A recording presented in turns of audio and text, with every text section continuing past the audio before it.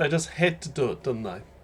They had to say some critical words, some nasty things. It felt like they just couldn't help themselves. And anything my friend did was negated. Any attempt to do anything special, creative, or different was criticised and smashed with words, sometimes harsh words. Or sometimes it was an indifference, like a bored whatever. And it wasn't that they wanted approval, but more so they just wanted to share the joy they found in their creativity. They had this breath of a creative God within them, and they wanted to share their own creative expression with those dearest to them. But it was routinely dismissed as nothing, and there was like an ambivalence to their deepest gift. Something began to die and shrivel up within them, and that spark of expression just was growing low. Nothing they did felt good enough. Depression, a poverty of spirit, and despair seemed to just suffocate the God breath within them. It's Barry here from Turning the Page with another few thoughts for this week. And this week it's all about raining on your parade. And it's an interesting little idiom, isn't it, to rain on one's parade. And basically it means to spoil someone's pleasure. And when you are celebrating and having a good time, someone comes along and brings bad news. And the joy of the parade is washed away under like a downpour of bitterly cold rain. And it probably happens more than we realise. It's those little words, it's those little criticisms, isn't it? You know, be careful, you might get a big head. That's a funny one. I need to write on that one, getting a big head. You're acting like a fool. That will never amount to much. Why are you wasting time on that? You know, people laughing and mocking at something that you consider important. Belittling the big things happening in you. Wanting you to feel small and actually for them so they can feel big.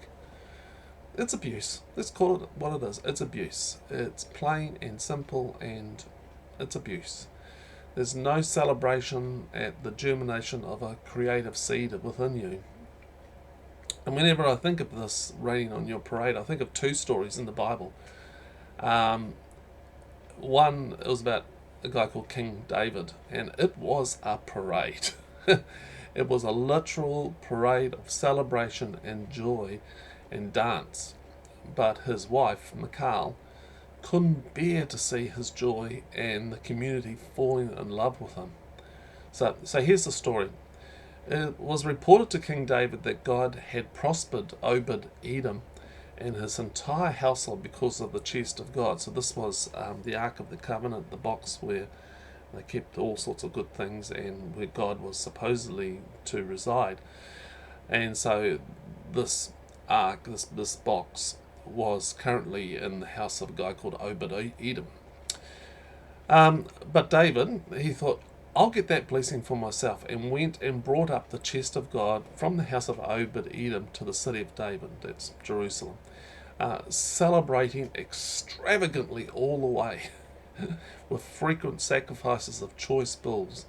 David ceremonially dressed in priest's linen, danced with great abandon before God. You can imagine it's like he was going over the top. He was just out there. The whole country was with him as he accompanied the chest of God with shouts and trumpet blasts. Everybody was just celebrating. But as the chest of God came into the city of David, Michal, Saul's daughter, happened to be looking out a window, and when she saw King David leaping and dancing before God, her heart was filled with scorn. Listen to that. Her heart was filled with scorn. They brought the chest of God and set it in the middle of the tent pavilion that David had pitched for it. Then and there David worshipped, offering burnt offerings and peace offerings. And when David had completed all these sacrifices, He blessed the people in the name of the God of the angel armies and handed out to each person in the crowd, men and women alike, a loaf of bread, a date cake, and a raisin cake. Then everyone went home. So they had a feast as well. Here, have some date cakes. And so David was on a high, right? He was buzzing. David returned home to bless his family. Hey, family, look what's happened. Isn't this great? Michal, Saul's daughter, came out to greet him. How wonderfully the king has distinguished himself today, exposing himself to the eyes of the servant maids like some burlesque street dancer. Wow. Just rain on the parade, just shoot him down, just critique him, just be nasty, just abuse what God had been doing in him. And David replied to Michal, in God's presence, I'll dance all I want. He chose me over your father, and the rest of our family made me prince over God's people, over Israel. Oh yes, I'll dance to God's glory, more recklessly even than this. And as far as I'm concerned, I'll gladly look like a fool. But among these maidens you're so worried about, I'll be honoured to the end. And then the last little verse is this. Michal, Saul's daughter, was barren for the rest of her life. So she wasn't able to have children. The second story comes from an amazing meeting between God and Abraham. Abraham's wife, Sarah, reigns on God's parade. On God's parade. For goodness sake, God's parade. She reigns on what God is doing. So God appeared to Abraham at the oaks of Mamre while he was sitting at the entrance of his tent. It was the hottest part of the day. He looked up and saw 3 men standing. He ran from his tent to greet them and bowed before them. He said, Master, if it please you, stop for a while with your servant, and I'll get some water so you can wash your feet. Rest under this tree. I'll get some food to refresh you on your way, since your travels have brought you across my path. So this was a normal sort of behaviour for visitors in those times. And they said, certainly, go ahead. And Abraham hurried into the tent to Sarah. He said, hurry, get 3 cups of our best flour, knead it, and make bread. And then Abraham ran to the cattle pen, picked out a nice plump calf, and gave it to the servant, who lost no time in getting it ready. Then he got curds and milk and brought them with the calf that had been roasted, set the meal before the men, and stood there under the tree while they ate. So they're having a feast. They're having fellowship. And the men said to him, Where is Sarah, your wife? He said, In the tent. One of them said, I'm coming back about this time next year, and when I arrive, your wife Sarah will have a son. Sarah was listening at the tent opening, just behind the man. Abraham and Sarah were old by this time. Sarah was far past the age for having babies. Sarah laughed within herself. An old woman like me get pregnant with this old man of a husband? And God said to Abraham, Why did Sarah laugh, saying, Me have a baby, an old woman like this? Is anything too hard for God? I'll be back about this time next year, and Sarah will have a baby. Sarah lied. She said, I didn't laugh, because she was afraid. But he said, Yes, you did. You laughed. See, both women reigned on the parade of what God was up to.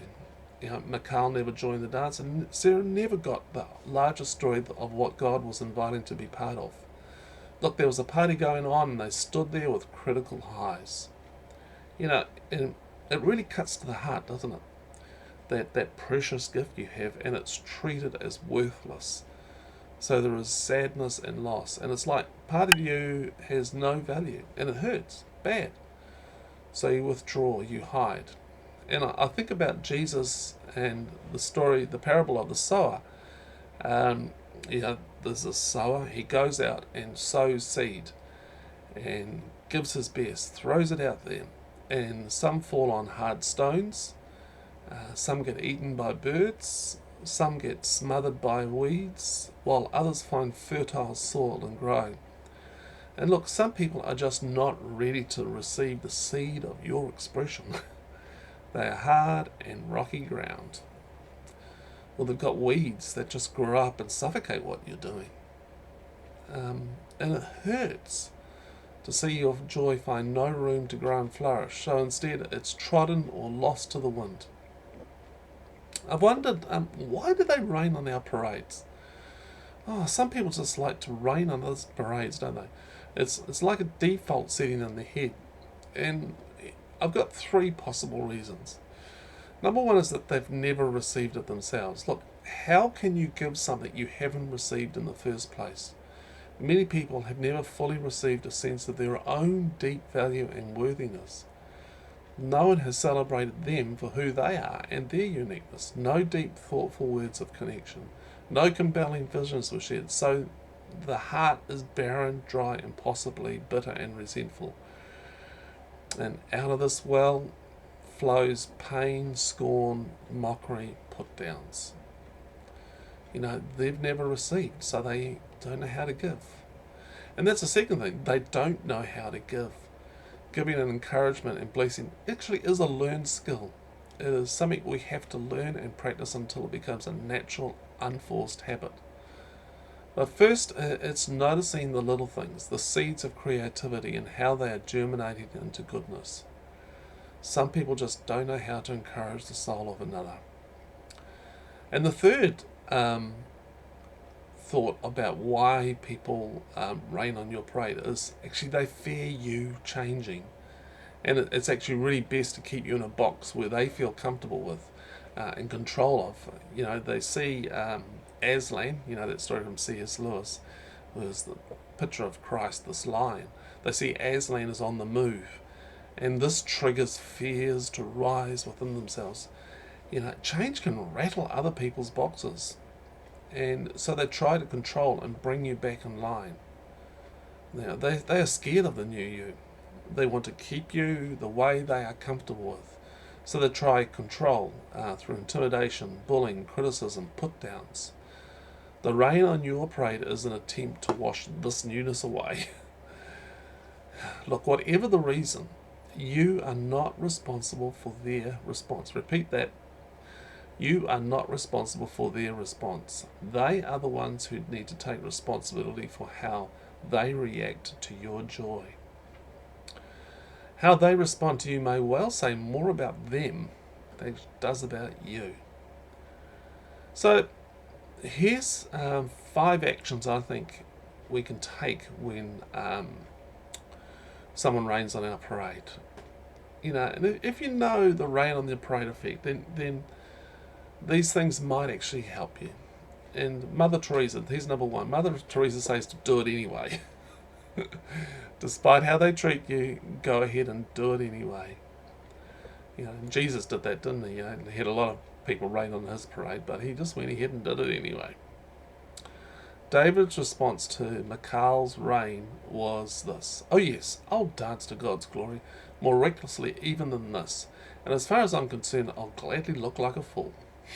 And Mother Teresa says this: people are often unreasonable, illogical, self-centered. Forgive them anyway. If you are kind, people may accuse you of selfish, ulterior motives. Be kind anyway. If you are successful, you will win some false friends and some true enemies. Succeed anyway. If you are honest and frank, people may cheat you. Be honest and frank anyway. What you spend years building, someone could destroy overnight. Build anyway. If you find serenity and happiness, they may be jealous. Be happy anyway. The good you do today, people will often forget tomorrow. Do good anyway. Give the world your best you have, and it may never be enough. Give the world the best you've got anyway. You see, in the final analysis, it is between you and your God. It was never between you and them anyway. Now, I say caution with this because if you feel that your tender heart will suffer further abuse from them and it's actually dangerous, then you may need to do this very privately away from the rainmakers. And in Jesus' words, render unto God what is God and Caesar's what is Caesar's. Give them what they need, but make sure you give God your most precious gift. Okay, the second action is to find your tribe, the cheerleaders, the fertile soil. Look, There are other people out there who will like your dance, your words, your art. Not everyone will get you, and that's okay. Look, over many years of writing this blog and doing this sort of stuff, I've learned that I will appeal to some and not others. And I heard this little saying a few weeks ago: your vibe attracts your tribe. And as I've shared various quotes, thoughts, and ideas over the years, I have slowly gathered a group of people who they're my tribe because I've got a vibe and they like my vibe. and they've become my tribe. And they have friends, so they share the content with them, and the tribe continues to grow. Just nice and slowly, I share my vibe, and other people get it. You see, I'm looking for fertile soil, not the rocky path for me to sow the seeds. Look, I'm not expecting pigs to enjoy my pearls, as Jesus said in Matthew 7, verse 6. Number 3 of these actions to take. Don't expect to receive from others what they don't have. You can't get blood from a stone, and some people don't know a good thing when it's right in front of them. So yes, it would be nice that everyone would encourage you, but lower your expectations of others getting it. They may not have it within themselves to give. And number 4 action to take when someone rains on your parade is this: don't rain on others' parades yourself. And look, it's so easy to be dismissive and not take an interest in someone's precious pearls. But they have a delight in them, and it needs to be given worth. So I'd encourage you to begin to notice the parades of others, particularly those where abusive others are raining on their parade. And number 5, pray for other people's barrenness. Look, at the end of the story of Michal, we have a verse that reads, Michal, Saul's daughter, was barren for the rest of her life. Look, I don't believe that this should be read as a direct result of her actions. Life and faith are not as mechanical and rule-bound as that. But maybe, as I've seen in many people with critical attitudes, something becomes barren within themselves, or they've got a barrenness within themselves. They lose a sense of the dance going on. They become bitter, not better. It's all black and white. So I encourage you to pray for their barrenness. Hey, in my conversations with people, I love to look for the way God wants to express themselves through this person. But unfortunately, it is most often been hidden and kept from public view. People have rained on their parade, but for me now, it needs to be resurrected, and I've seen this happen so many times. It's beautiful. Often it's through some creative expression, a piece of art, card making, writing, gardening, woodwork, music, dance, you name it. That a little bit of encouragement sparks that parade of God. My mother knitted beautiful woolen baby clothes, and I think God delighted in every stitch. I believe that having this expression is actually a sign of good mental health. So I look for it. I am gently curious about it, and then I step into the parade and I throw a few streamers and clap to the dance. Look, there's a party going on and you're invited, and let's dance with David, even if we don't know the steps. Hey, here's a few quotes for you to think about. Man lives by affirmation even more than by bread. Love that, Victor Hugo.